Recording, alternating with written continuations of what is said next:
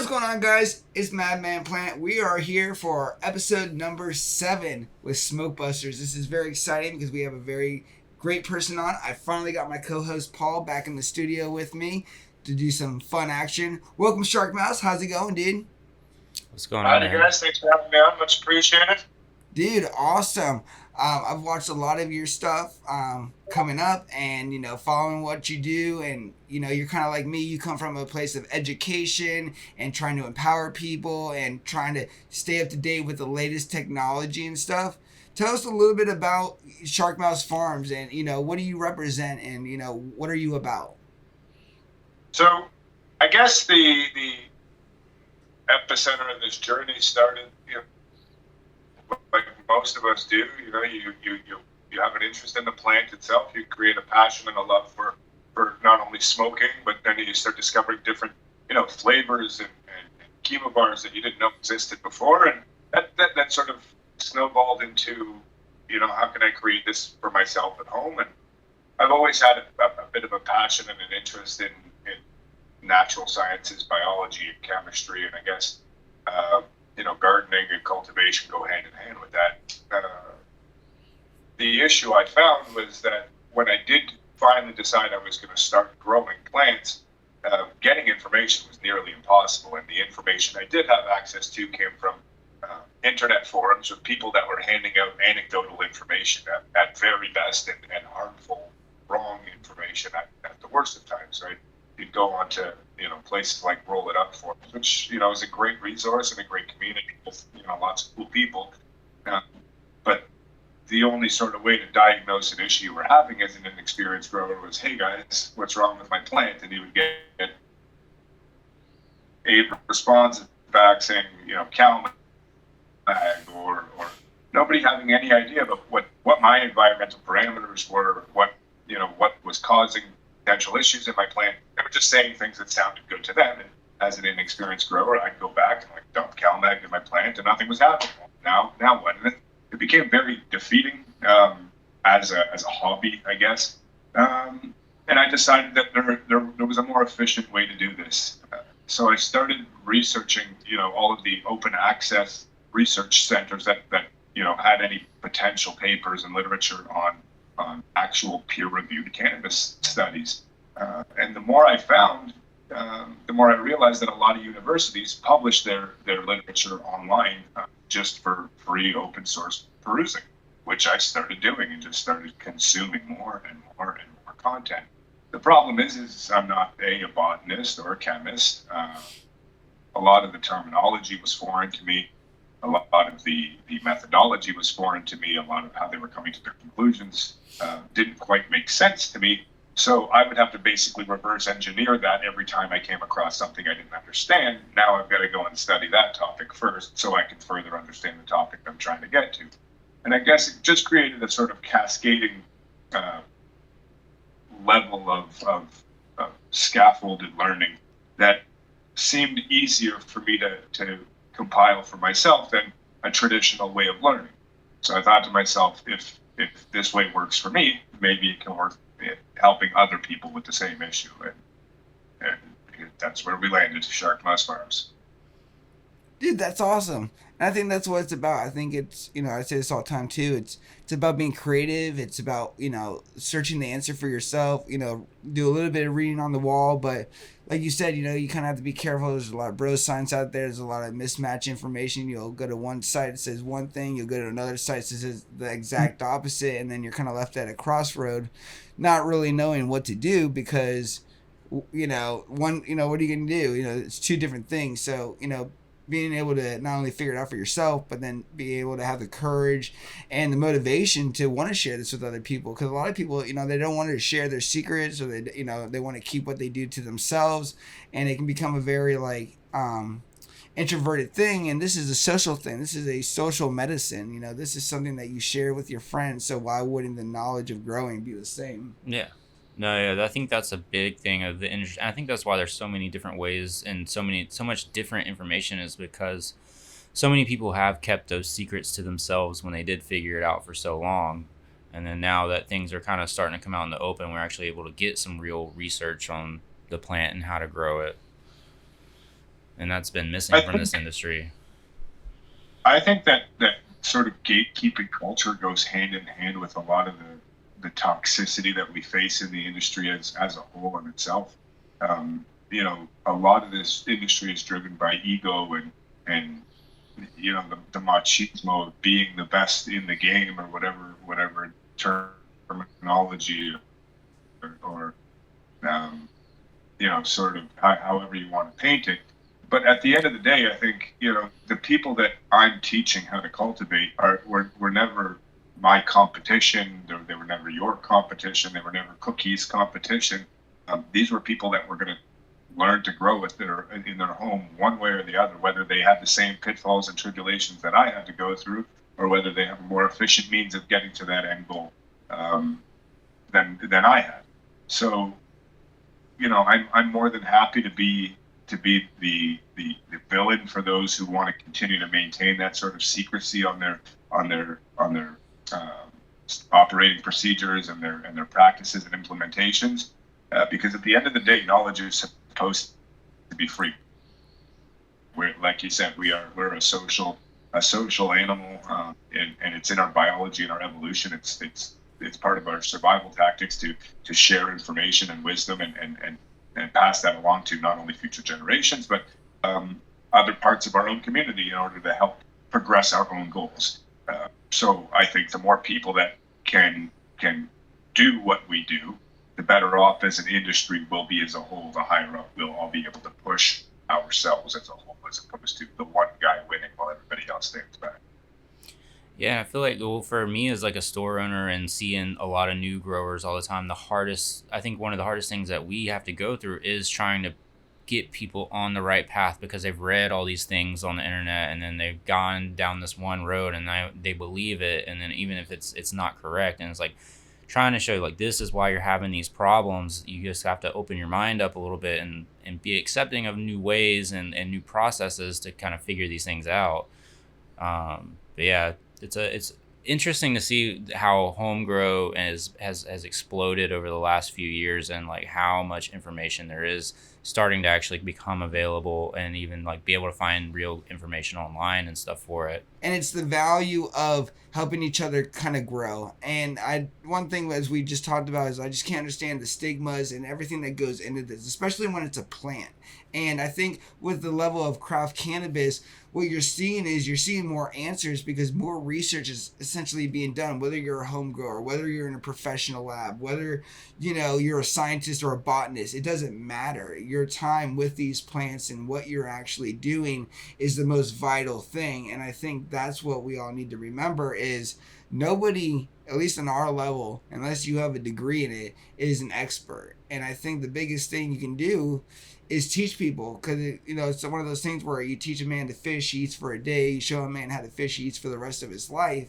And with the way the world's going, this isn't just related to cannabis. This is the same thing for regular agriculture, vegetables, fruits, and having control of your own garden is very empowering. Let's talk a little bit about how you stay up to date with everything that's going on. You're a person that takes a great interest in writing down really detailed posts about what's going on, what you're experiencing. And I think that's the most valuable thing, because as somebody that's trying to learn, I've only been doing this for 2 years, that information is great. And so how do you stay up on that technology? So I think a large part of that comes with, my connections within the scientific community, as far as reaching out to. I have good contacts at University of Guelph, botany department that I can reach out to and ask about a specific topic, and they'll say, check out this paper for, a partial answer, and then send me different sources to go check out. And there's a lot of legwork that comes with, having to go through the research and then make it digestible for everybody. Because a lot of that stuff can be very dry, very boring, and tough to sit through. But I find that there is a way to sort of convert that into everyday language that's usable for you to just take right down into your garden right now. So let's talk about some of the things that are going on in your current garden right now. You have a couple different ways you're growing. You're also using Pulse and a couple other devices. One thing I've seen in your garden is this white thing with rings around it all the way down. It looks like a satellite dish. Yeah. Can you explain what all of that great technology is and how that's making you a better grower and maybe some of the things that people should look into?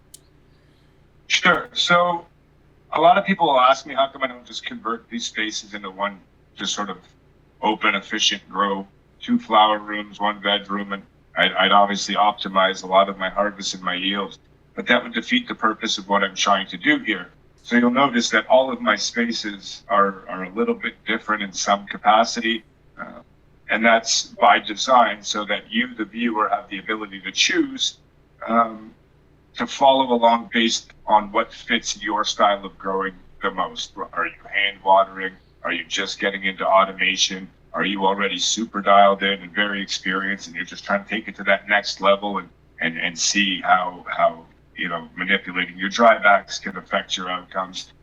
So I kind of want it to be that you go everywhere around my space and there's something for everybody. I've got microgreens and veggies growing for those who may only be growing 2 or 3 cannabis plants at home, but also have an interest in food and self-sustainability. So I try to give a little bit of everything for everybody. But as you know, I'm super into the technology, and I believe in data-driven cultivation. We as humans can only monitor and control so many aspects of our garden at one time, and the more that we're able to automate that through various data points, the tighter we're able to keep those parameters to maximize and optimize our overall harvest and our spaces and our overall goal.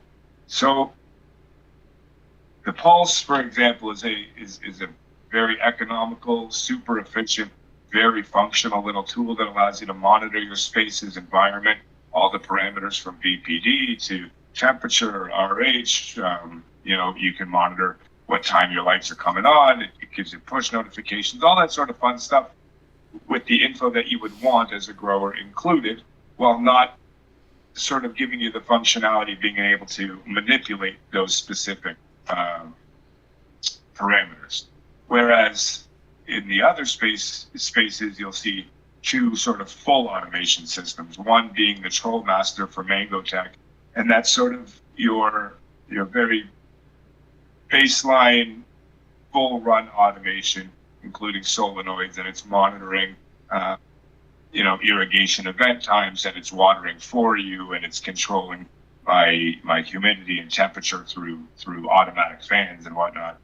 And that's for people who may not necessarily have the time to be in their garden, but still want to keep up with a high frequency fertigation program to optimize their yields.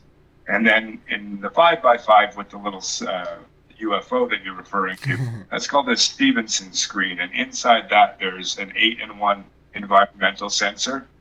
That screen protects from radiant heat coming off the lights and through the space to ensure that sensor is getting the absolute most accurate reading possible.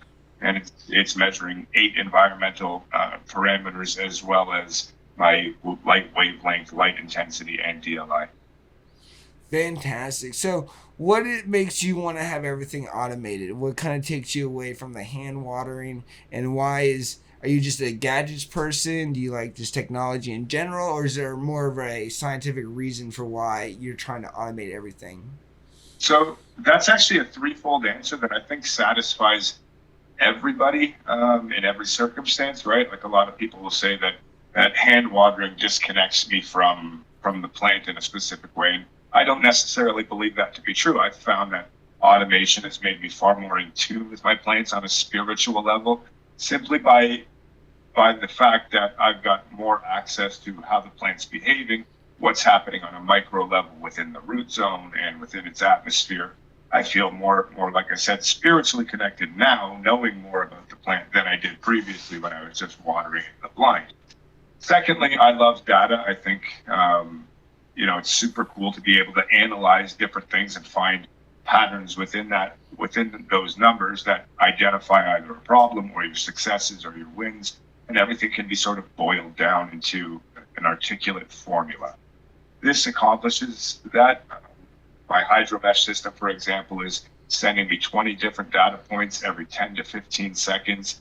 And I can look back at grows across a 10-year time span if I want and see this is what happened, when it happened, why it happened, and I can replicate that to the micro level. And the third answer is I've got kids, I've got responsibilities outside of cultivation, I've got rescue dogs, and I frankly don't have the time to be down here 24 hours a day. And having automated systems that are kept within the parameters I set them to gives me the peace of mind knowing that I can go complete those tasks and still manage, to pull pretty good flower at the end of the day. I was gonna say, I feel like having that automation, it doesn't disconnect you from the plants because it gives you more time to actually focus on the plants instead of the watering or whatever else. 100%. Yeah, and I have to agree with that, because with hand watering, it's just one movement, one task every single time. When you're automating, you're figuring out how the plant is going to adapt to this, whether it's going to like it, whether it's not going to like it, how the machines or the pieces of equipment are actually going to add or interact. And then you also have to figure out, your schedule. We have the FloorFlex system here, and it's very convenient, especially, for instance, like, we're on a tray system, so trying to water the back would be a lot harder carrying in jugs every single time when we have a 32-gallon reservoir that all from a push of the phone or a switch can take that feed, take that water. It's not only going to save you time, but like I'm a parent as well, and Paul's a business owner, so time is money, and time is your most valuable resources in life. So if you can find something that kind of rubs your back a little bit and says it's okay, go take care of the real things, and then come back to your plants when you're ready. It's a great feeling, because nothing is more tragic when you are getting home and you're all excited, and you go to your tent and everything's falling over and it's dead, and you're rushing to the bathroom or whatever, getting your water source and coming back, and Emergency water. 911 emergency, and your heart's beating, and you're like, oh shit, I'm in flower, and oh my God. So yeah, I think that is great. So, and I think to that point as well, a super critical aspect of that is I'm a big proponent of crop steering, and I drive that method of cultivation, and a huge part of that is managing your root zone's volumetric water content in order to ensure the right osmotic pressure at the right time. My plants are getting 9 water events a day, and if I'm coming down here 9 times a day to water 6% volumes each time, that's going to be my entire life. I won't be providing you educational content. I won't be taking the dogs for a run. I won't be, doing the fun color games upstairs with the kids. It'll just be, gotta go water in half an hour, and just repeat that process over and over. So I think that in order to do it effectively as well, it helps drive that necessity. Yeah, it's a lot harder to like stack your EC and everything like that if you're hand watering, because you don't know exactly how much water you're putting in there each time. Flowing through everything. Oh, wow. Yeah. And I think it's too, because like living soil, most people aren't pHing their water too. So, what your plant's getting, people aren't checking their EC. So when you have an automated system, things like that are a lot more relevant, because those are the factors that you're controlling on a daily basis to make sure that the plant's uptaking and working right. I think what's important to remember, especially, even for those folks, is that a lot of the practices we're using here come from decades old agricultural practices that have been sort of mastered from a yields perspective. Now we can definitely have the conversation about, the environmental impact that commercial agriculture has had on the planet as a whole. But as far as a fruit production standpoint is concerned, they've got that part sort of maxed out. And I think there are ways there, especially if you're not, going directly into the earth, managing synthetic nutrients on a small home scale level is completely sustainable through ROing your runoff, maximizing your watering and irrigation efficiency to avoid excess runoff, not using excessive nutrients when necessary. All those type of all those type of things that can alleviate some of the environmental impacts while still pushing a really heavy generative program on your plants. Yeah, and I don't think a lot of people even realize that when they have all this nutrient runoff that they're just dumping down their drain, that's got to go somewhere. And it's going And into. there are good ways to utilize that. I mean, you can use that runoff in your veggie garden. You can RO that water. You know, there's a lot of need for non-potable water that could function very well for without having to go directly into your water table, right? Yeah. Well, and that's what we see, like, again, from unsustainable agriculture. You see all these algae blooms and everything, like all that is nutrient runoff, just at a larger scale. So And again, go ahead. I was going to say, what are some things, you mentioned RO, you mentioned putting it back in your garden. What are some things that people can do to help better the earth, especially if they are using synthetics and stuff like that? You seem very conscious about what's going on environmentally. How can we be better? Right. So, like I mentioned, a lot of your runoff can be recycled for various purposes. Your plant waste, such as your cocoa and your rockwool. Rockwool has been shown that up to 10% once it's been thermal composted to ensure that there's no bacteria left or no viruses left within that rockwool. Up to 10% can actually be very beneficial in a compost pile even though it doesn't degrade. It's an inert material and can be very beneficial for providing porosity to your compost pile. So all of these quote unquote synthetic wastes can be recycled and reused in environmentally friendly and beneficial ways. At the end of the day, it just takes a little bit of commitment on our behalf to be able to go through the process of washing our soils before we put them out into our garden beds, or making sure that we're clipping down our used stock stems to go into our compost pile instead of just dumping them out in the woods or whatever the case is. Do you think that synthetics is a long-term sustainable way for plants, or are you more of an organic fan? When I was talking to Absolute Soil on our podcast, he said that he's against synthetics mainly because of the instability. The price could go up, the resources could run out, and he's more of a fan of organic. But since you're in an area that play in both, I'd love to hear your feedback on where you side on the long-term use of synthetic versus organic. There's no question that synthetics are a necessity for planet Earth. We would not be able to feed this entire population without them. Plain and simple. There are practices that need to change. Monoculture farming is a big issue. Clear cutting hundreds of thousands of acres for these mega farms carbon emissions are a huge issue. But the use of synthetic fertilizers as a means of pushing food production up is not only necessary, but beneficial to the end goal. People have this misconception that inorganic or synthetically fertilized food, vegetables, plants, any consumable is laden with these toxic chemicals, and it's simply just not the case. It's an absolute misnomer, and a lot of the derivatives of organic inputs are just as environmentally damaging as the production of or the reduction of phosphate waste to a phosphorus fertilizer.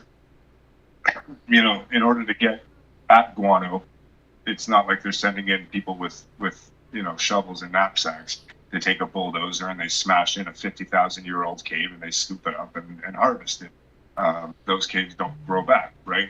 There are practices we all have to take into account how our part in them are impacting our planet as a whole. Yeah, and a lot of times it's not even synthetic nutrients in your home garden is not.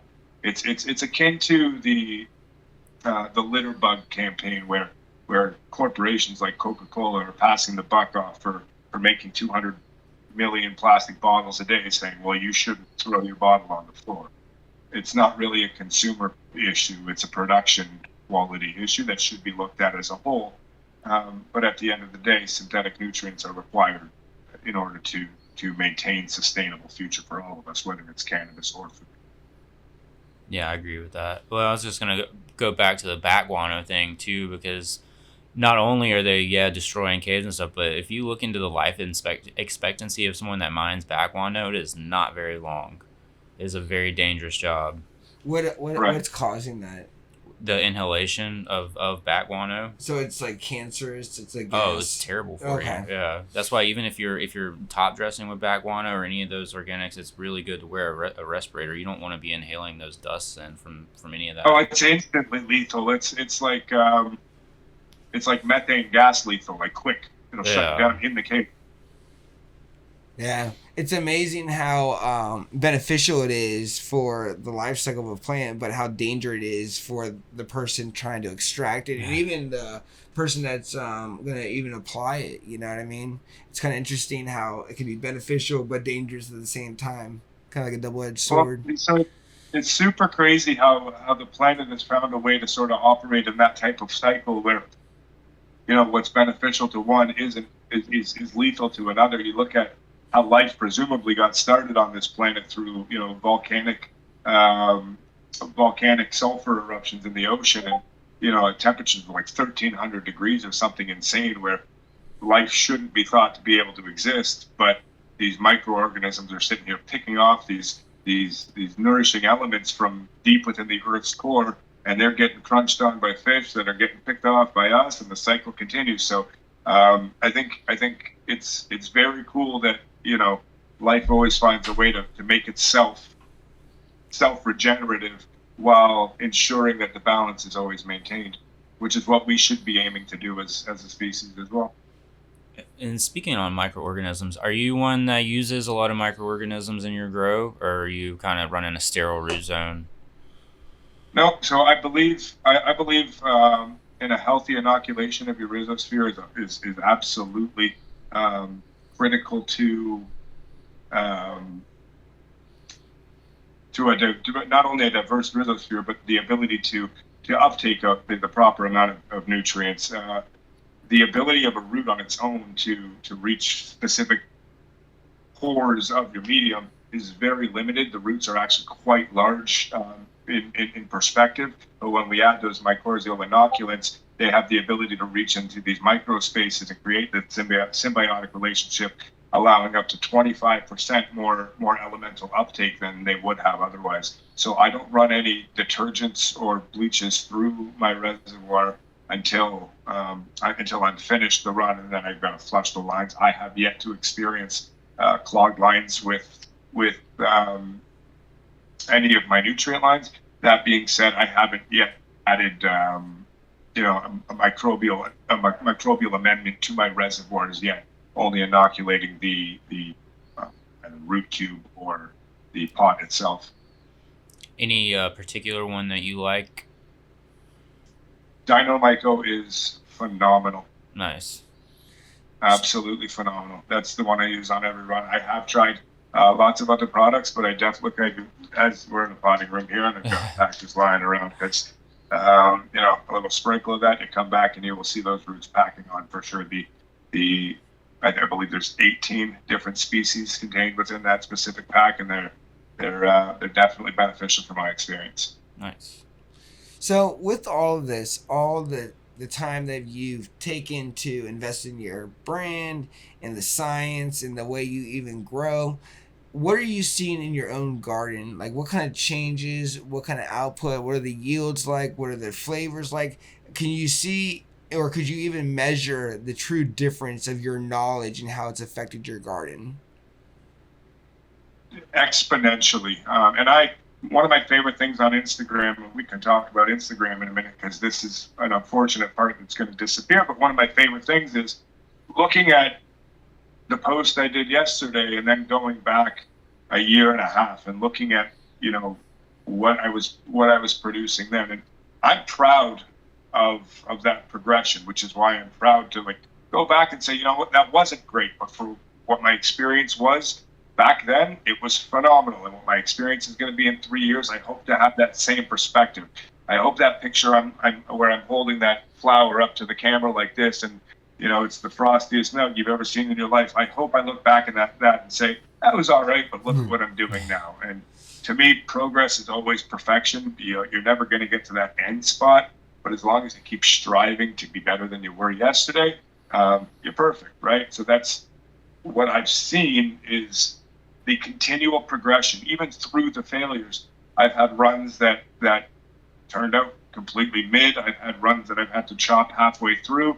I've had runs that have turned out, smelled amazing, yield was trash. I've had powdered mildew in between. But through it all, right, I've taken that lesson and applied it to the next one and saw that progressive growth through it. So that's what I'm in for. Even at the stage I'm at now, I want to see what I can take from here and bring to here for tomorrow.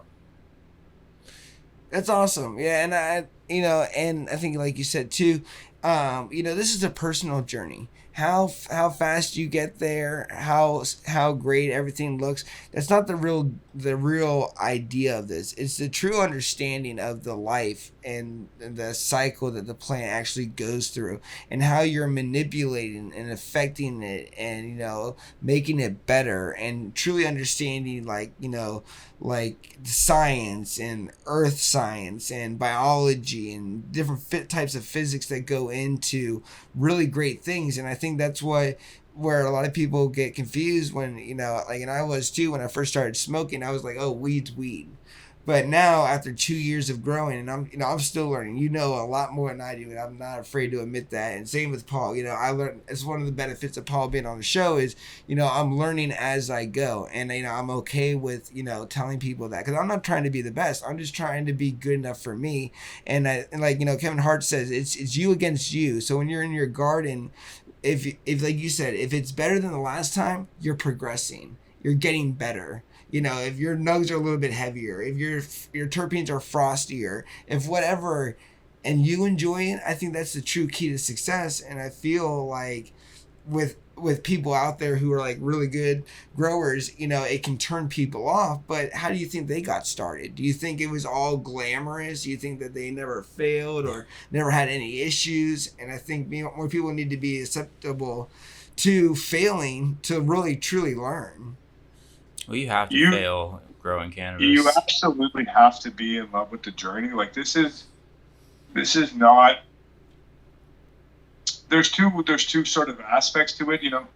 If you just want to do this because, you want to provide yourself that medicine, it's a fun, healing, cathartic experience being in the garden and just getting to be with plants. I encourage you to shut that noise out. Don't let anybody tell you a damn thing. You keep doing exactly what makes you happy in your garden, and whatever you pull out of there, I'm so proud of you for being able to do that for yourself.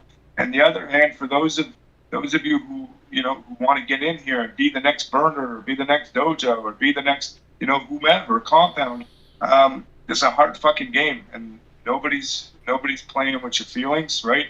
So the more you're able to dust your shoulders off every time somebody kicks you down, every time you kick yourself down, every time you fail and get back up, you've got to have a passion for what you're doing, or you're just going to say, fuck it, it's not worth it. Sorry for the language.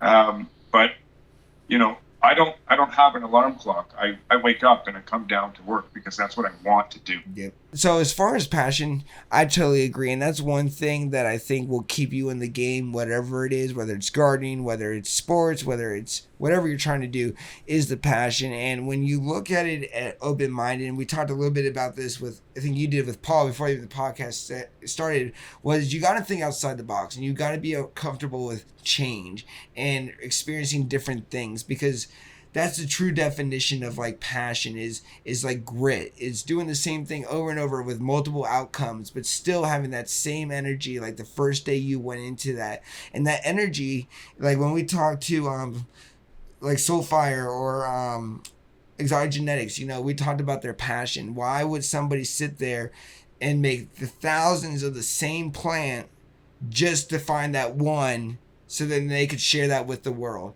And it's that level of dedication, it's that level of passion, it's that level of self-pride. And that's why I think people need to look at that more internally, because when you lock onto that, it changes the game, and then you do get better, and then people around you get better, and then you grow, and then they grow, and it's just a very cool thing.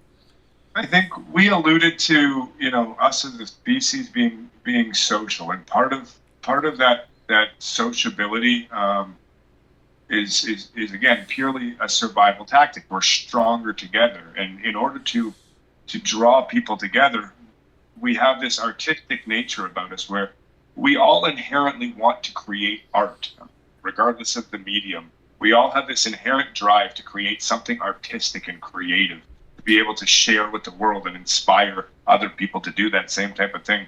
Pheno hunters, to me, are an amazing, no pun intended, breed.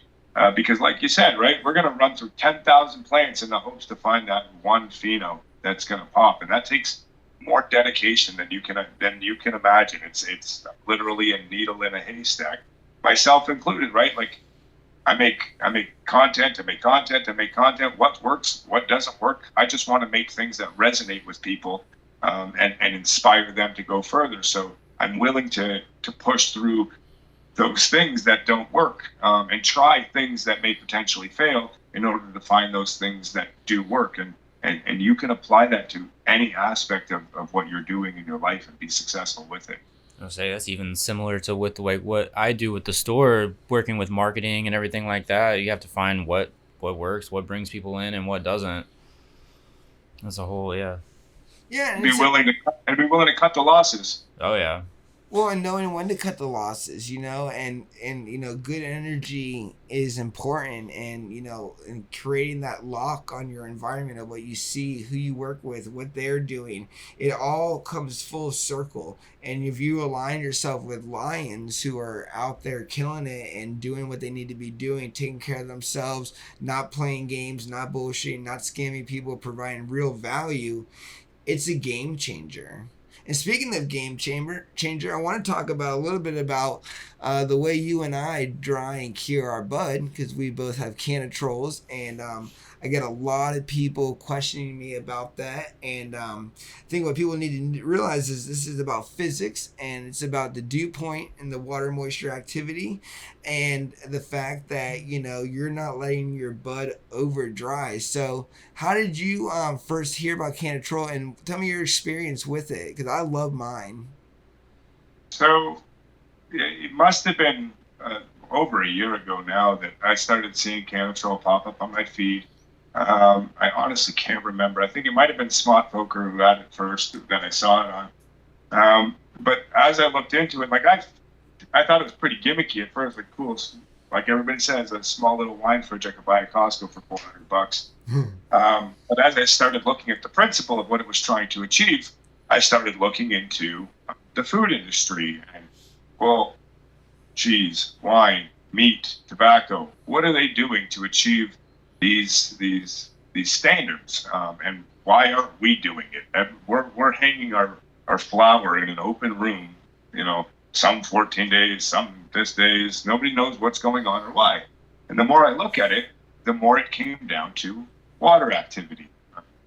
And not very many people know what that term is or what it stands for.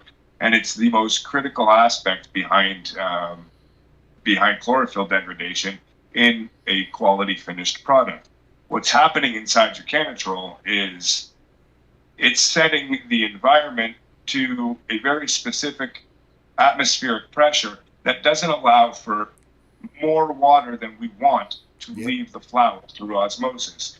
So we can set it to the point where the atmosphere is saturated specifically to a 0.65 AW, which is below the threshold for pathogentic and mold growth, but still maintaining that necessary bound water to maintain our the dehydration of our volatile compounds like our cannabinoids, terpenes, flavonoids, etc. Because it's a sealed environment, a controlled sealed environment, once it hits that saturation level, it can hold it there and ensure that through osmosis, water can't come or go, leaving it precisely at the level we want it to be at. So when we take our burp jar, glass jar, for example, we've got our glass jar and we fill it with flour from our trim room, which in here is, whatever. It's definitely not 62, 64. It's whatever the trim room Yep. happens to The be. room is. And we Yep. throw it in our cure jar, and then we trap that air inside. So now, whatever the VPD is out here is inside here.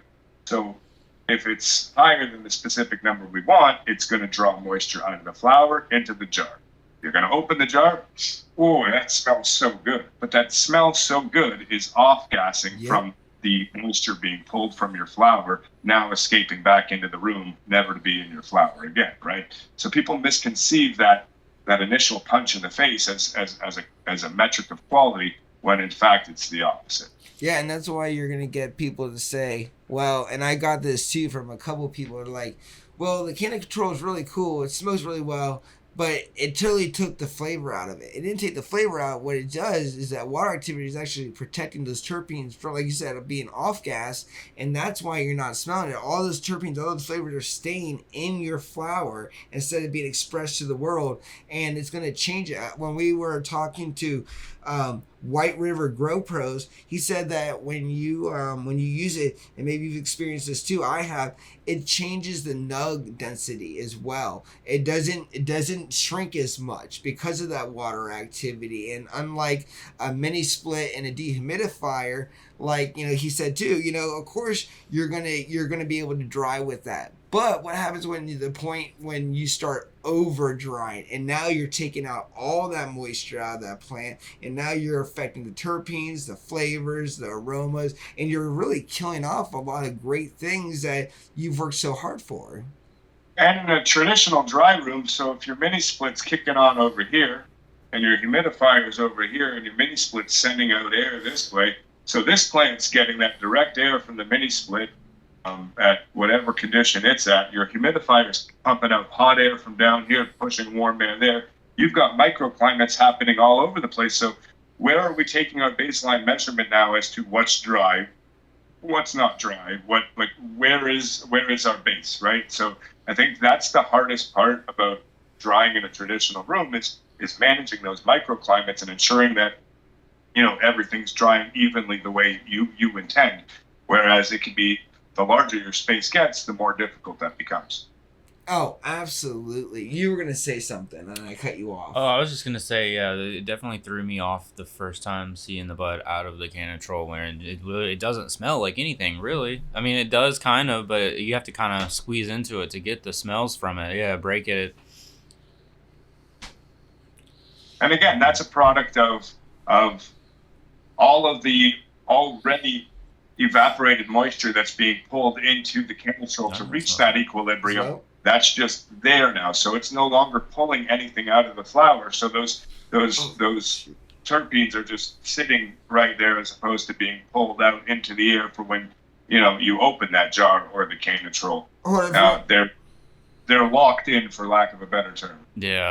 Yeah, I personally think that the can of troll is a game changer, and I think it's just misunderstood because a lot of people don't know the physics and they don't know what water activity is. And this is why we talked about even too earlier is the sharing the information. It's so important because you're educating people. You can get people to make smarter decisions on how they garden, how they take care of their harvest. And one thing cool about the can of troll is you dry, you cure, and you store. And for somebody like what we talked about as your average on-the-go person, do you really want to sit there and worry about a jar, or do you just want to continue on with your life knowing that every time you come home, you open that box and it is fresh? Sometimes what I'll do is at the end of the night, I'll actually take my grinder, leave the grinder open, and put it in there, so all that nice ground up maintains the moisture from the morning. And Paul actually was nice enough to give me some of this, which as it goes on, you can start to feel the air get to it. But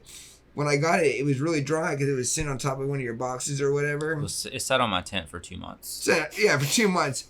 Put it in the can of troll. I've smoked this, and it tastes and smells like it was just harvested days ago. And it's sticky. And what's happening there is through the principles of osmosis, any system with low pressure is going to pull to a system with high pressure, right? And if you've got something with moisture, something with no moisture that's going to diffuse until it reaches equilibrium, just the exact same way as it did in reverse, right? So while you don't want to let it dry out to bone dry and then rehydrate it, it works along the same principle. Yeah, I mean, it brought it back to life within a half hour. Went in there, I was like, "Holy crap!" Like, wow. So another thing I want to touch on too is the fact that you have a lot of great tips and tips for success. What would you say your top 5 tips for success would be for somebody that's maybe growing newly or somebody that's already growing? What would those be? So, one, keep it as simple as you can. Stop overthinking every single decision, right? Having a basic understanding of how a plant functions from root to tip will help you dramatically in sort of diagnosing and developing a plan for what may be going on in your garden. I would suggest to just keep it simple, learn how your plant takes up water and transpires water, and just start with a rudimentary understanding of plant functions. The next step would be invest in your environment as best as you can. The better you're able to control your environment, the better your outcome's going to be. And the less you're going to have to fight along the way while you've got a lot going on as far as having to take in new experiences and figuring out different aspects. So if knocking out your environmental factors is one of those things, then you're already setting yourself up for success. Genetics is always going to play a massive factor. A $300 pack of Relentless Genetics isn't going to create a magic beanstalk for you. All it's going to do is allow you to push that plant that extra step further that, a less stable or less vetted genetic would. I would be able to do better results with an average bag seed than somebody who doesn't have as much experience, who's not managing different aspects of their grow, would be able to do with that same $300 seed. So while it's not the cure-all and be-all, it can definitely help push your grow to that next level once you've got all of your other factors in check. My next piece of advice would be to enjoy the process. You're not going to get it perfect the first time, the second, third, fourth, fifth, maybe. It's never going to be perfect, and it's always just going to keep trying to get better. Enjoy the wins, brush off the losses, take the valuable lessons they provide, and bring them forward with you. That's the number one tip to success. If you're willing to learn from not only your mistakes but from the wisdom of the people around you, then you can do nothing but grow. If you want to be closed-minded and content with the skill level and experience you already have, then that's where you're going to exist. I think that's great, and thank you for sharing that with me, because I think a lot of people want to know what it takes to be successful, and a lot of it don't always have to involve expensive equipment or, like you said, overthinking. It can be just the love and the passion, and we talked about it earlier too. It's the journey, and I think that's the best thing you can invest in. Understanding that things take time, failures are going to happen. There will be setbacks. Like, I don't know if you saw one of our YouTube series, but we actually had to take down everything because I got rusted mites really, really bad. And they took over and they won. And you get to those points too, as failure and success, where do I cut my losses? Do I start over, or do I try to fight this? And there's going to be a lot of challenges. And I think too is it's a mindset. You have to go in this saying, I'm going to win. I'm going to learn. I'm going to be open-minded. I'm going to be educated, and I'm going to take my time. What do you think? You're a store owner. You deal with people all the time. What do you think? What your rules of success as we talk about all this? Oh, I mean, my thing is, if you have to enjoy it. If you don't enjoy it, you won't be successful. If you like you said, enjoy the process, because it's a lot. That's pretty much the whole thing. It is a process, and you have to love the steps, love the failure, because there's a lot of failure in growing cannabis. There's a lot of stepping stones to hit. Again, just with little things like any kind of bug you get. Russet mites are not fun. spider mites, anything like that, dealing with powdery mildew, having to cut down a whole grow that you've been working on and resetting. That's not easy to do. But what? I'm sorry. Did it stop? No, it didn't stop, but one, it's full. That's fine. And two, it's got an arrow pointing to two. But it's still recording? Mm-hmm. Okay, cool. But yeah, that's pretty much my whole thing is you really, if you want to be successful in it, you have to enjoy it and you have to love it. You can't, otherwise you won't. You'll just quit. That first set of bugs or something easy to throw in the towel, be like, forget this, I'll just go buy some weed. So, next question for you. The one tool in your garden that you cannot live without. That's a good question. Mm-hmm. If we're going to talk all-encompassing, I'm going to have to say that the hydro mesh controller, simply because it allows me to navigate 2 gardens at once without actually having to think about the process, if I don't need to, right? While also allowing me to manipulate every single aspect of my grow from a little tiny box or my phone or the computer. It's the most versatile tool I own. It's the most complex, might be the most, or one of the most expensive, but again, some things are investments in ourselves that we hope to see a return on that investment just based on the progression we see from it. Outside of that, I would say my little $3 pH drops. That is the most valuable tool in my garden. So these things are awesome, and if you take care of them and maintain them, they will last you years. But eventually, they're just going to shit the bed on you. And having a little inexpensive pH test kit lying around for those times specifically has been a lifesaver on a number of times. So if I heard you correctly, you said one of your favorite tools is a $3 pH tester? Correct. See, and I think that's what I want to explain to people. And this, you hit your nail on the head, and you're an honest man because you said keep it simple. You know, you could buy a Blue Lab plan, but a $3 tester kit is going to be just as good. And, you know, you have somebody here who's, you know, has all the tools in their arsenal, and, you know, your favorite tool is a $3 pen. I think that is one of the greatest things I've heard so far is, you know, it's just, it is that simple, and it is that great. And again, like you said, it's a simple, non-complex analog tool that you can pick up at the local hardware store, but you know, under any circumstance, it's going to give you true data on an important metric that you can't really, that I personally can't navigate without, right? Like, so if I dip one of those paper test strips in, I can know exactly what my EC is, what my pH is, making sure that my water chemistry is on point is a massive part of my program. And relying on those tools is nice, but it's peace of mind and having a fail safe that I know won't fail is the most important part to me. Fantastic. So you're a guy that's very driven on data and results. Are you a flusher or not flusher? So, depends on how you want to identify flushing. Lots of people like this. So my friend over at Grandmaster level, he's a fantastic guy and a great cultivator. He likes to hit his plants with RO water from the last 2 weeks on for 14 days. And I'm unable, try as I might, to talk him out of it.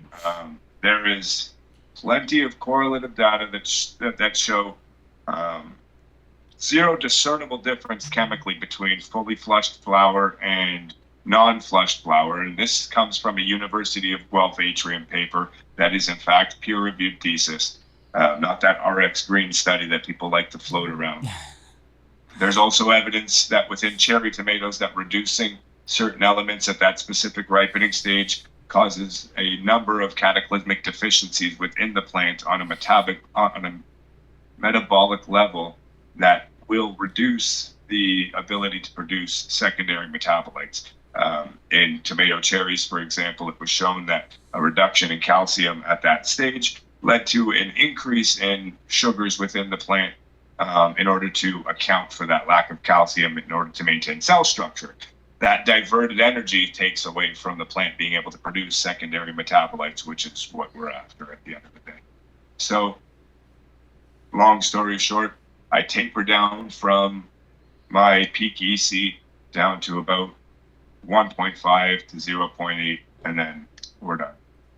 So, guys, it's been really awesome talking with you, Sharkmouse, and I really want to have you back on. Paul, thank you very much for being here. It's been a pleasure having you join me. We learned so much, guys, and if you haven't followed Sharkmouse, make sure you check him out on his Instagram and his YouTube, all the social media where he's at. He offers tons of information, and if you're really serious about growing and finding out some really cool technology pieces and just a little bit more about him, make sure you take the time to go through. You'll go down a rabbit hole with all the things that he has to offer. And as far as us, you can visit us at madmanplant.com, where we have all of our great 3D printed garden tools, smoking accessories, clothing. You can also follow us at different events that we're going to be going to this year. We'll be traveling a lot, and our new media side where SmokeBusters is not just a podcast, but it's going to be kind of like a Vice News network where we cover specifically the marijuana industry and how we can all help each other grow. And I can't say more about my co-host Paul and my friend who's always been here with me. If you haven't been to Hydroculture in Manassas or Fredericksburg, make sure you go check them out. They are the best store. Don't go to some big corporate chain. Go to a family-owned and small company that really cares about their products and their customers and everything that they have to offer. Plus, we're going to have more grow classes there, and they have tons of other events as well coming up. So make sure to check them out. And we will see you guys next time at Madman Plant.